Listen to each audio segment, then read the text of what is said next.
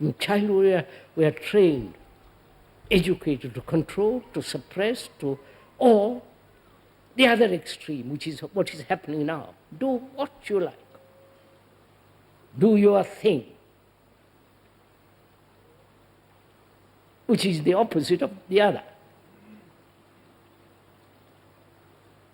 So one must understand the whole movement of control. Is there a way of living? Please listen to this. Is there a way of living without any form of control?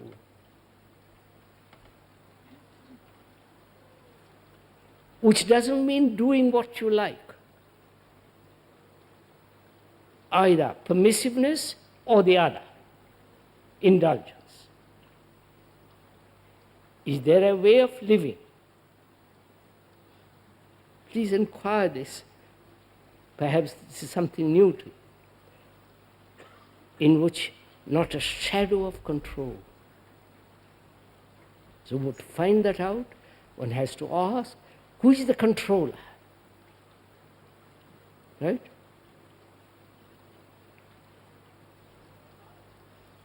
We are inquiring into what is meditation. Because perhaps if one can understand the nature of meditation, not the meaning of the word. Meaning of the word is very simple, to ponder, to think over, to inquire, and so on, so on. But apart from the word, to find out what is meditation. It may, in this inquiry,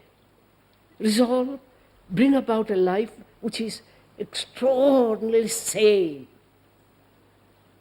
extraordinarily rational, and may be able to find out something that is nameless, timeless. We are leading to that. So who is the controller?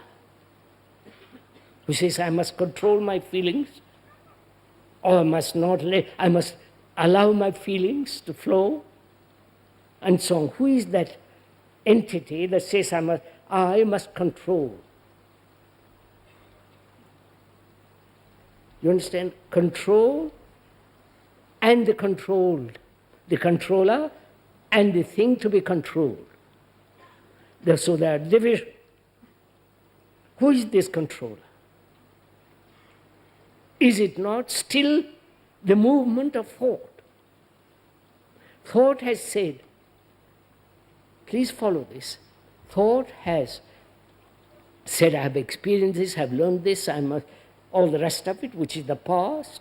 So the past is the controller, right? And that which is happening now has to be controlled by the controller, right? You understand? Are you following all this? Or are you just going to sleep?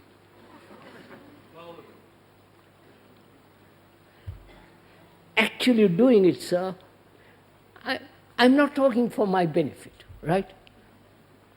I've talked for 52 years, basta for me. I'm not interested in talking. But I'm interested to find out if you can also discover the same thing. So that your own life will be totally different, transformed, so that you have no problems, no complexities, no strife, longings, all the rest of it. That's the reason the speaker is talking. Not for his own gratification, not for his own enjoyment, not for his own fulfillment, all that nonsense.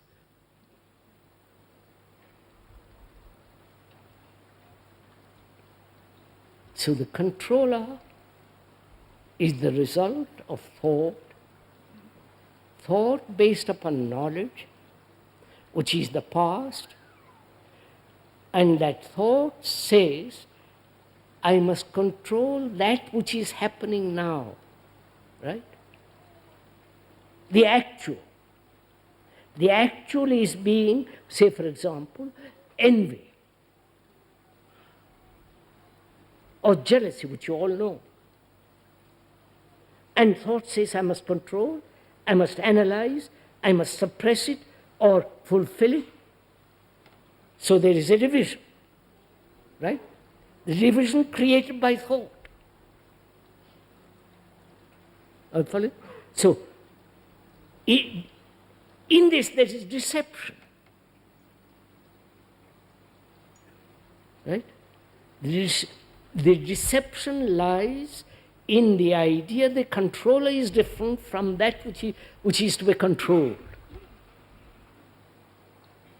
Both are created by thought, right? So the controller is the controlled.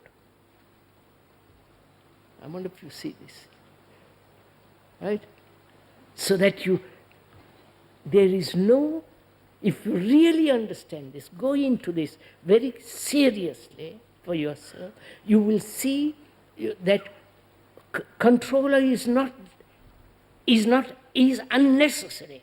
Only observation is necessary. You understand? When you observe, there is no controller. Or the control, just observing.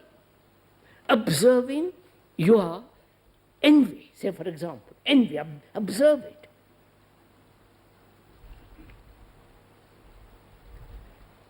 Without naming it, without denying it or accepting it, just to see this sensation, this reaction which arises, which has been called envy, and to look at it without the word. You're following all this? Then, when there is no word, because the word represents the past. You're following all this? And when you use the word envy, it strengthens the past.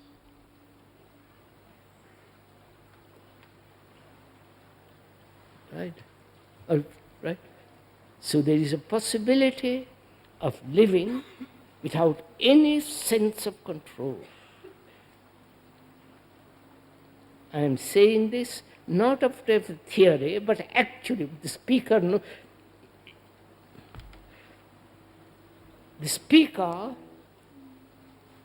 says what he has done, not what he invents. That there is a life without any sense of control. And therefore no sense of conflict, no sense of division. That can only come into being when there is only pure observation. Got it? Do it and you will see. Do it. Test it out.